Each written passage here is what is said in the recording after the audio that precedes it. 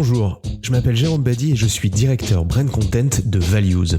Values, c'est une agence média qui conseille les marques sur leur stratégie publicitaire. Et nous avons eu envie de partager cette expertise à travers un podcast, VCAS, le podcast média de Values. Dans chaque épisode, je reçois un invité et aujourd'hui, c'est Michael Arros, notre formidable directeur général. Bonjour Michael. Bonjour Jérôme. Nous traversons actuellement une crise sanitaire sans précédent, puisqu'elle a confiné chez eux près de 4 milliards d'humains et les conséquences et défis économiques sont immenses. Pour ne parler que de la France, la perte d'activité serait de près de 40%, tous secteurs confondus, avec des pics à 90% pour des secteurs comme le transport, l'automobile ou le tourisme. Et on s'attend à une croissance négative d'au moins 5 voire 6%. Dans ce climat, toutes les stratégies des marques sont rebattues. Et toutes, petites comme grandes, se demandent si elles doivent continuer à communiquer, quitte à disparaître totalement de l'esprit des Français au moment de la sortie de crise. Donc nous allons tenter d'apporter quelques réponses avec toi Michael à ces questions sur justement la communication en temps de crise. Déjà peut-être que tu peux nous dire pourquoi les marques se posent toutes ces questions alors que, on va y revenir, l'attention aux médias semble absolument maximum en ce moment. Donc quelles sont les grandes problématiques et qu'est-ce qui se passe si j'arrête complètement de communiquer ? Effectivement, c'est un vrai dilemme pour les marques aujourd'hui puisque, comme tu l'as souligné, la perte économique est assez importante pour certains secteurs, mais en même temps, les marques ont besoin quand même de survivre et de garder une présence à l'esprit chez les consommateurs la plus importante possible pour ne pas perdre en termes de part de voix relative versus les concurrents. Il y a évidemment aussi des marques qui sont plus ou moins légitimes pour communiquer en temps de crise. Évidemment, ça dépend des secteurs, ça dépend effectivement des produits et de la santé générale. Globalement, ça pointe à un sujet de fond qui est la question du dois-je communiquer. Dois-je communiquer évidemment par rapport à mon secteur en cette période de crise, par rapport à ma marque versus justement les craintes de décroissance et de la pression potentielle de mes concurrents, et puis enfin en dernier niveau versus mes consommateurs. En fait, quelle est la perception qu'ont mes consommateurs dans ce contexte de crise. Il est important justement de se poser les bonnes questions. Déjà premièrement, et c'est assez rassurant en tous les cas, c'est que les consommateurs ne sont pas non plus fermés à cette publicité, puisque quand on les interroge, on a seulement 8% des Français qui se disent ne plus vouloir voir de publicité. Alors pour une simple et bonne raison, c'est qu'une bonne partie aussi des Français sont rassurés par le fait que la publicité puisse continuer, puisque ça leur rappelle en fait une certaine normalité d'avant-crise. Évidemment aussi par rapport à cette communication, donc tous les secteurs ne sont pas tous égaux. Il y a évidemment des secteurs très impactés qui vont être beaucoup moins achetés, tu les as déjà soulignés. Ceux qui vont être reportés dans le temps, donc qui perdent du business à l'instant T, mais qui vont le récupérer en léger différé, tels que effectivement tout ce qui est travaux de la maison, l'appareil high-tech, matériel bricolage, etc. Et puis aujourd'hui, ceux qui sont indirectement portés par la crise, l'industrie du divertissement, de l'entertainment, mais aussi les produits de grande consommation, la distribution, etc. Donc là, il y a carrément des secteurs qui gagnent en ce moment on pense notamment à la grande distribution, l'alimentation, etc. Ça, c'est des secteurs qui se portent finalement très bien, paradoxalement. Exactement. Alors évidemment, ils ont été obligés de s'adapter par rapport à ça. Ils se sont adaptés d'un point de vue structurel, organisationnel et évidemment en termes de communication. Aujourd'hui, on voit que ce sont justement des secteurs qui reviennent à la publicité puisqu'ils sont légitimes, puisqu'ils font effectivement partie encore des secteurs qui peuvent continuer justement à ouvrir leurs portes et à continuer en termes d'activité. Ce qui est intéressant aussi de voir, c'est que même les secteurs qui sont aujourd'hui touchés par la crise ne débranchent pas non plus le tuyau publicitaire, puisque, encore une fois, il faut avoir cette com de transition pour ne pas perdre le capital de marque qui a été construit avec labeur durant toutes ces années. Évidemment, il y a des catégories de secteurs qui sont, eux, très fortement impactés et qui ont d'autres sujets majeurs à traiter, tels que effectivement les compagnies aériennes ou le voyage tourisme. Il y a des secteurs qui sont potentiellement portés économiquement par la crise, mais dont la communication serait jugée comme étant quand même assez opportuniste et potentiellement dangereuse. Et je pense notamment sur tout ce qui est produits liés au coronavirus, donc les pharmacies, les gels hydroalcooliques, les produits d'hygiène et de santé, etc. D'ailleurs, là-dessus, c'est finalement jugé d'opportuniste, c'est-à-dire que les consommateurs auraient l'impression que les marques sont très charognardes et vont communiquer pile sur des produits qui se rapportent un peu trop à la situation actuelle. Est-ce que on observe des phénomènes justement de bad buzz, on va dire, ou sur les réseaux sociaux notamment, de marques qui se font clasher parce qu'elles communiquent encore en ce moment? Je pense qu'en fait, il y a eu une très très grosse prudence de la part des annonceurs, puisque c'est aujourd'hui justement la raison principale de blocage des investissements. Même ceux qui sont légitimes se posent beaucoup de questions par rapport aux produits qui sont produits par leurs soins, par rapport aussi à leur statut au sein de ce secteur. Globalement, il y a 4 catégories d'annonceurs aujourd'hui d'un point de vue profil et qui font justement écho à leur profil d'entreprise au sein de leur secteur. Il y a évidemment ceux qui, de toute façon, sont portés par la crise. On en a rapidement parlé, ce qu'on appelle les stay-at-home. Donc tous les e-commerçants, toutes les plateformes, tous les pure players, eux, sont par essence et nativement portés par la crise, puisque on peut les consommer depuis chez soi. Il y a de l'autre côté les love brands et les grands groupes qui ont évidemment fait preuve de prudence, de bienveillance également, et donc aujourd'hui commencent à communiquer avec justement tous ces garde-fous qui leur permettent de maintenir un niveau mémoriel assez important dans l'esprit des consommateurs, et puis aussi relayer les actes qu'ils ont pu faire durant ce contexte de crise. On y reviendra. Oui, bien évidemment.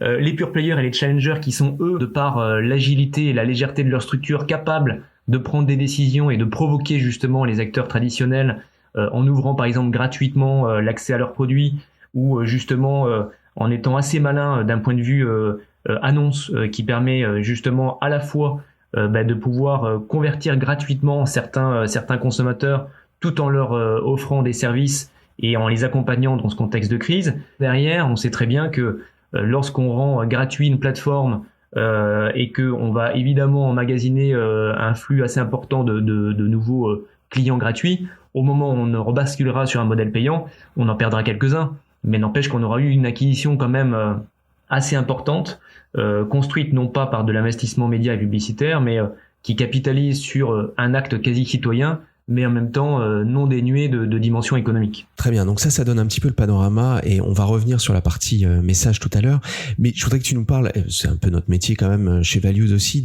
du comportement des Français en termes d'utilisation des médias, on pourrait presque dire de tous les humains, puisque finalement on est tous logés à la même enseigne, ou presque. Donc je parlais d'attention maximum tout à l'heure, parce qu'effectivement quand on est à la maison on a l'impression qu'on peut consommer beaucoup de médias. Voilà, raconte-nous un petit peu comment ça se passe, voilà, que font les Français chez eux, à part faire des gâteaux bien sûr, comment ils consomment les médias. Commence peut-être par le plus évident, sur la télé par exemple, comment ça se passe en ce moment? Au-delà de la consommation vraiment des médias, il faut vraiment déjà même observer les bouleversements du quotidien au sein des ménages, même si bien évidemment à tout phénomène, la routine va commencer à s'installer, va commencer finalement à tous trouver nos repères dans cette phase de confinement. Donc évidemment, ce qu'on voit, c'est que ce contexte d'anxiété pesant dans le quotidien crée de la crainte chez les Français, que ça soit sur le quotidien au sens large, les revenus, la scolarité, le collectif et l'individuel. Les Français aussi se disent que cette normalité ne va pas revenir du jour au lendemain.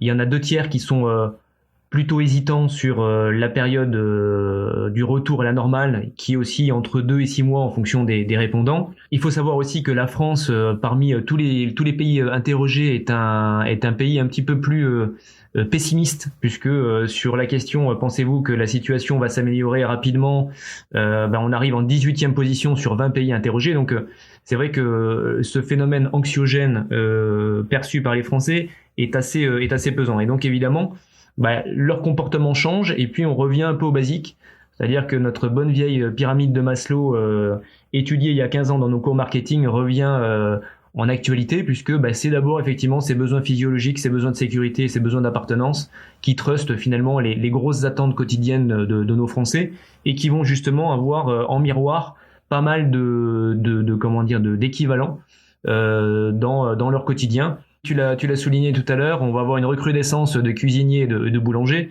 Donc évidemment, il y a des intérêts qui sont nouveaux aujourd'hui dans ce contexte. Et puis ces intérêts-là, évidemment, se retrouvent assez fortement sur la partie média.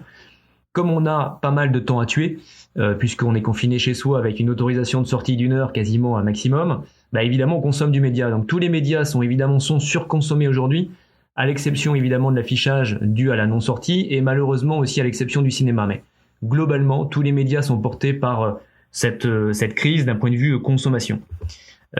Si on doit bien évidemment parler média par média, il y a un grand gagnant, ou en tous les cas, il y a un couple de gagnants qui sont des médias écrans. Le premier, c'est la télévision, puisque globalement, elle augmente pas mal, à la fois en pénétration et à la fois aussi en durée d'écoute, même si, parallèlement à ça, c'est un média qui est touché par le désinvestissement des campagnes publicitaires de certains annonceurs, notamment le tourisme, la restauration, la grande conso et les télécoms. Mais ce qui est important, c'est que là, on était en difficulté sur certaines cibles potentiellement, et je pense aux actifs, aux CSP+, aux urbains.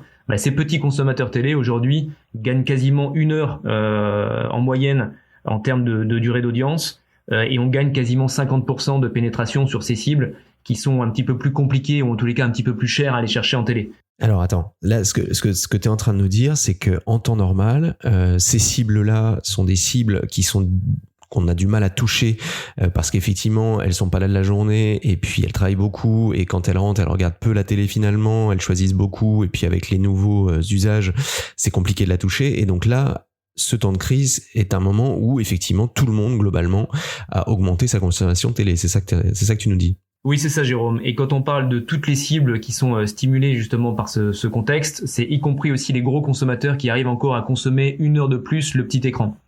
Ce qui est important, c'est que durant cette journée de disponible aujourd'hui en médias, la tranche horaire du D, qui est, pour rappel quand même, une tranche horaire qui est plébiscitée par tous les acteurs e-commerce, pure player qui vendent en ligne ou proposent leurs services en ligne. C'est le jour, day c'est jour, donc c'est pendant la journée. Pendant la journée, c'est on va dire la tranche horaire qui commence à 7h du matin et qui se termine à 18h le soir.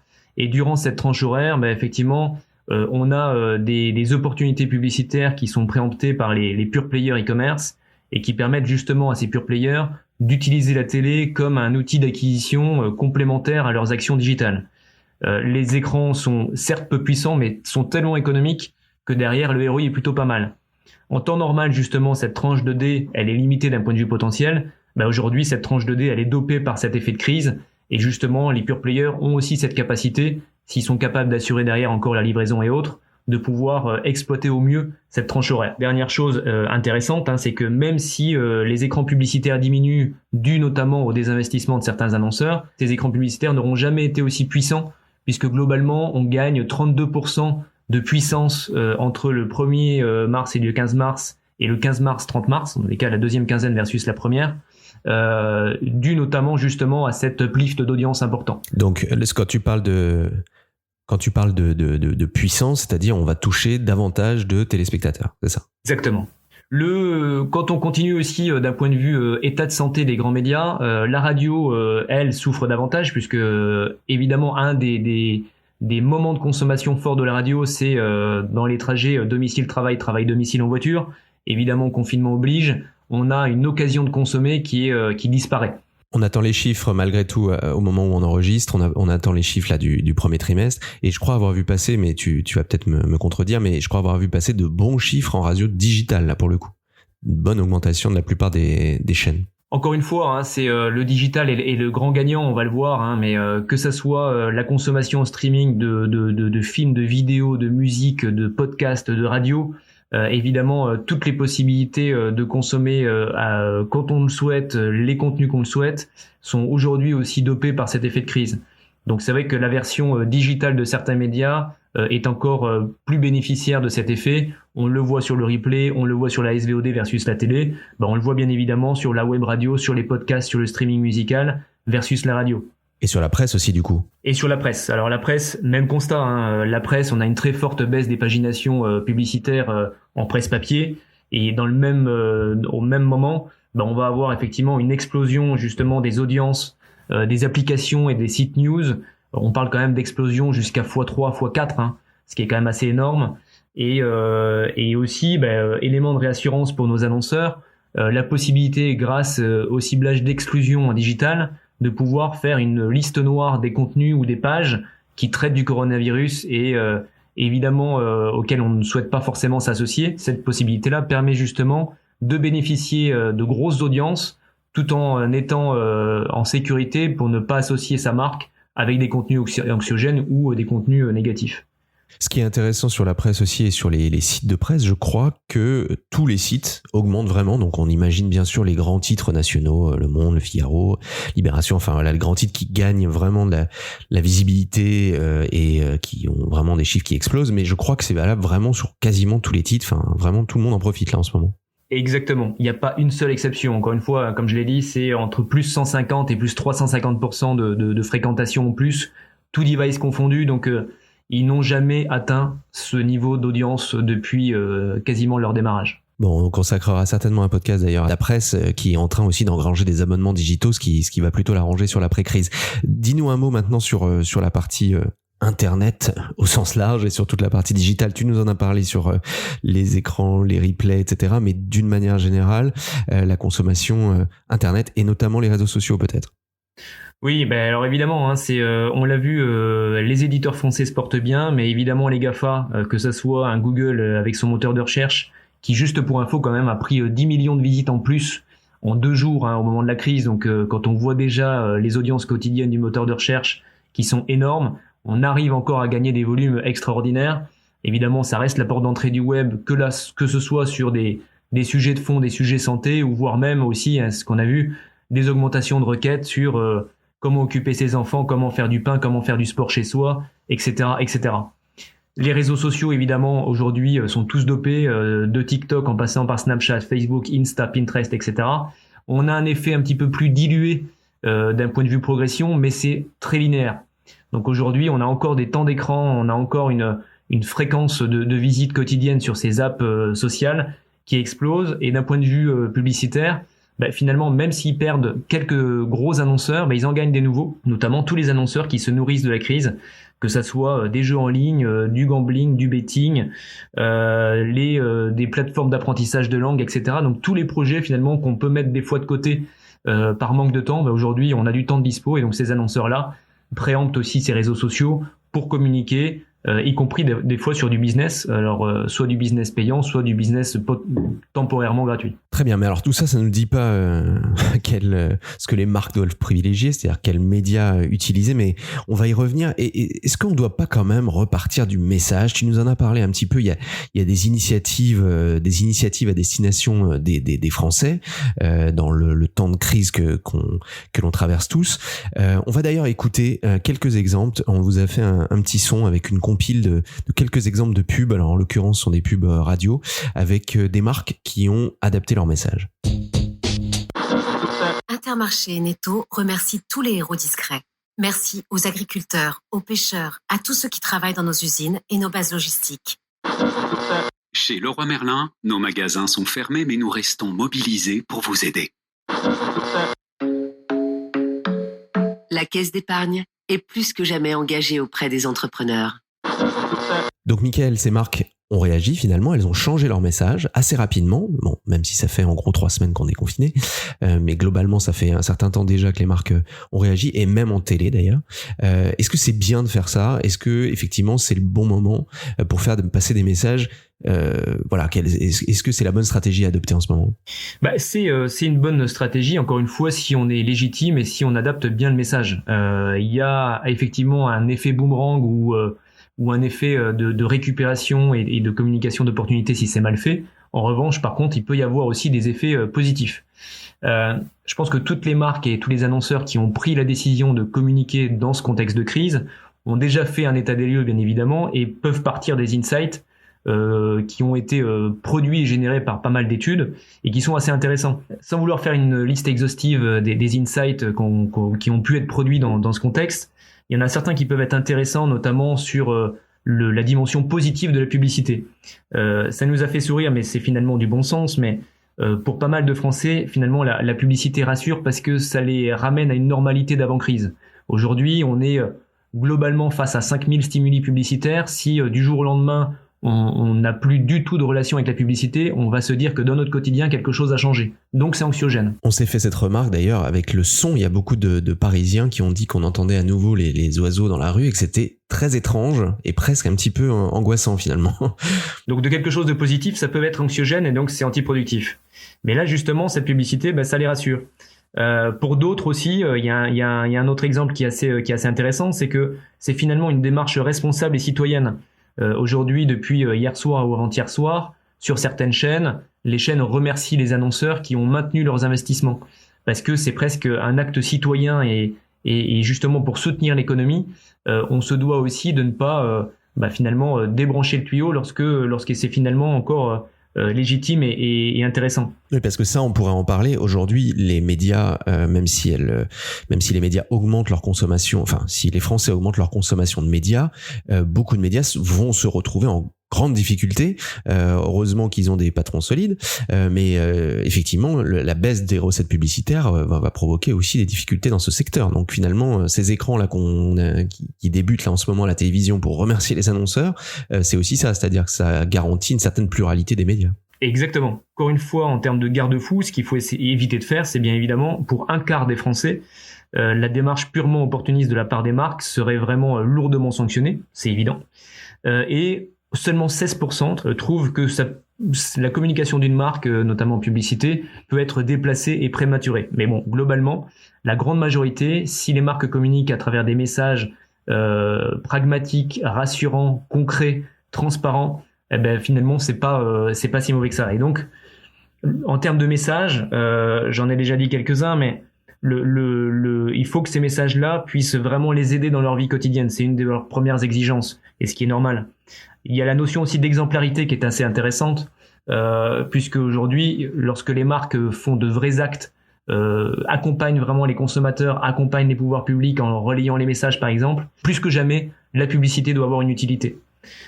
Et ce qui est aussi également assez intéressant d'observer et de relever, notamment pour faire la liaison et les ponts avec la communication, le message et le choix des médias, c'est que au-delà du fait que pour beaucoup les marques devraient encore continuer à communiquer comme elles l'ont toujours fait dans le passé, il y a cette utilité dans la vie quotidienne qui est important et qui doit être démontrée. Et donc là justement, pour démontrer des choses, il faut des éléments de preuve, et pour faire des éléments de preuve, il faut au-delà de les réaliser, pouvoir justement les orchestrer et les diffuser sur des médias. Et puis aussi communiquer sur les valeurs de la marque et les efforts que les marques font pour permettre aux consommateurs d'affronter de manière la plus sereine possible la crise. Donc encore une fois, quand on voit un petit peu quels sont les ressorts ou les attentes de ces consommateurs, on voit qu'on est très loin évidemment de la communication business, qu'on est sur de la communication de fond, sur des fondamentaux de marque, et vraiment sur des preuves. Donc on ne dit pas qu'il ne faut pas communiquer. Justement, la communication est importante et elle est attendue. Par contre, il faut communiquer de manière différente. Et donc, par rapport à tout ce qu'on a pu entendre dans les différents exemples de spots radio, tous les secteurs ont justement joué le jeu. On parlait des grandes marques, des L'Oréal, des LVMH, etc. ont, pour certains, transformé leurs outils de production. Certaines banques, notamment la Société Générale et Boursorama, ont permis justement d'avoir des possibilités de report ou de gel des mensualités au niveau des crédits. Intermarché, qui évidemment en GMS a fait une communication vraiment brand equity pour remercier l'ensemble de la chaîne, que ça soit les producteurs, leurs collaborateurs, etc., etc. Donc on voit que pas mal de marques, grands groupes pure players traditionnels et autres, justement prennent la parole sous cet angle. Donc finalement, effectivement, c'est le moment, si je puis dire, de nourrir la marque avec autour de sa raison d'être.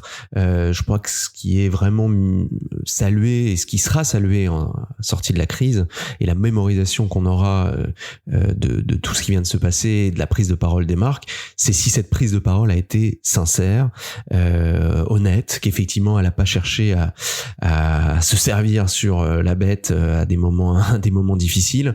Je pense, tu citais un certain nombre d'entreprises, un de nos clients, Harmonie Mutuelle par exemple, qui s'adresse quand même aux entrepreneurs et aux entreprises, qui a mis en place pas mal de dispositifs d'aide qui vont, parce que c'est une mutuelle, de l'aspect santé, mais également à de l'aspect financier. Donc effectivement, voilà, il faut toujours essayer d'être conforme à qui on est, à l'ADN de la marque. Et peut-être une chose qu'on n'a pas dite, c'est l'une des raisons pour lesquelles les Français acceptent la publicité actuellement, c'est que les marques sont des entreprises et que les entreprises c'est de l'emploi, et que l'emploi c'est eux, c'est nous, c'est tout le monde. Donc je pense aussi que c'est ça qui donne l'acceptation aussi de la communication. Peut-être pour terminer, Mickaël, maintenant qu'on s'est posé la question du message et qu'on a pris en compte effectivement les attentes des consommateurs, dernière question peut-être, quelle question on peut se poser pour bien choisir son mix média, même si c'est notre travail d'aider les marques à bien choisir, mais voilà, c'est quoi encore, comment choisir, on met tout sur Internet? Non, pas forcément. Encore une fois, on peut pas répondre à la question uniquement avec un seul point. Globalement, il y a une vraie question de fond de bon sens marketing et d'orchestration de points à traiter. Le côté, en fait, tout le cheminement de la réflexion, elle doit s'articuler autour de 3 grands points. Dois-je communiquer par rapport à la légitimité qu'a ma marque, par rapport à ce que font mes concurrents, la perception de mes consommateurs et clients et prospects. Ensuite, bien évidemment, quand je prends la décision de communiquer, comment dois-je le faire?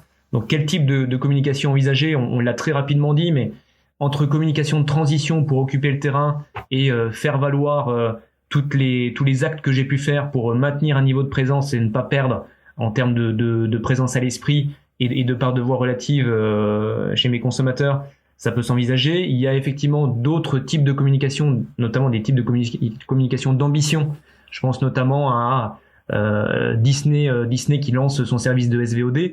C'est une communication d'ambition qui est faite à un instant où les audiences sont là, où la disponibilité est là, et donc ils n'ont pas forcément déprogrammé leur plan de com, ils le maintiennent et en plus sont portés.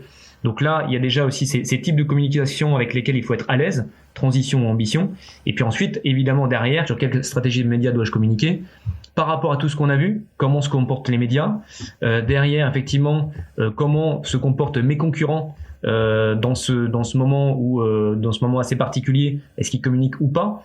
Je dois être fidèle à ma marque, donc à la fois conserver mon territoire média, mais pourquoi pas aussi identifier des opportunités. Justement aujourd'hui il y a pas mal d'opportunités d'achat média, évidemment, puisque les audiences sont là, pas mal d'annulations de campagne égale donc évidemment plus d'inventaire et donc des conditions tarifaires qui sont intéressantes. Il y a aussi des opportunités de communiquer par rapport à des tendances qu'on peut voir, notamment sur les réseaux sociaux, notamment sur des challenges, notamment sur des tendances de recherche. Je dis n'importe quoi, mais effectivement les motards aujourd'hui sont frustrés parce qu'ils n'arrivent pas aujourd'hui à monter sur leur monture, et ils consomment finalement beaucoup de jeux vidéo moto, et ils lancent des challenges sur TikTok, sur plein de choses. Et donc ça, c'est des opportunités justement à préempter. Ou de l'autre côté, évidemment, les loisirs créatifs augmentent massivement sur un Google Trends par exemple. Et donc là, justement, tous les acteurs qui gravitent et qui se nourrissent de ces univers créatifs peuvent mettre en place justement des actions de communication. Donc il y a justement ne pas disrupter complètement nos habitudes de communication, en même temps aussi exploiter les opportunités marché et les opportunités de tendance des consommateurs. Et puis encore une fois, et ça c'est vraiment transverse à tout, pas de communication business, sauf si on est vraiment à 100% légitime, et focus sur les fondamentaux de marque. Et puis finalement aussi, c'est une bonne occasion, un peu contrainte quand même, de finalement porter ses efforts sur des communications long terme. Aujourd'hui, on est aspiré évidemment par des communications à court terme, où chaque euro investi doit générer dans un laps de temps très court 2 euros ramenés en termes de ROI ou autre. Là aujourd'hui, justement, étant donné que on a une nécessité aussi de continuer notre communication, non pas pour vendre immédiatement, mais pour conserver justement une puissance de marque dans l'esprit des consommateurs. Là justement, c'est un bon moment pour réfléchir et finalement créer justement tout cet univers de marque qui aujourd'hui, encore une fois, la publicité ne fait pas que vendre, elle crée des marques.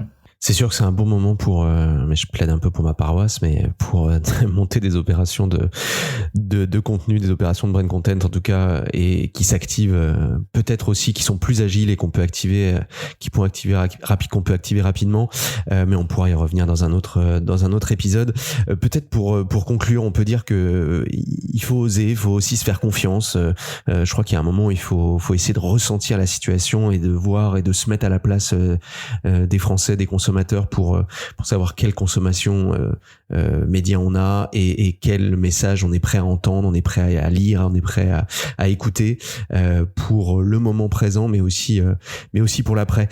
Merci beaucoup, Michael, en tous les cas, pour ta présence, pour cette communication et ton analyse de la situation. On va se retrouver bientôt pour un nouveau podcast. On est en train de le préparer. En attendant, notez, mettez-nous des étoiles, dites-nous ce que vous en pensez et puis suggérez-nous pourquoi pas des idées. Salut, Michael. Merci, Jérôme. À bientôt. Ciao.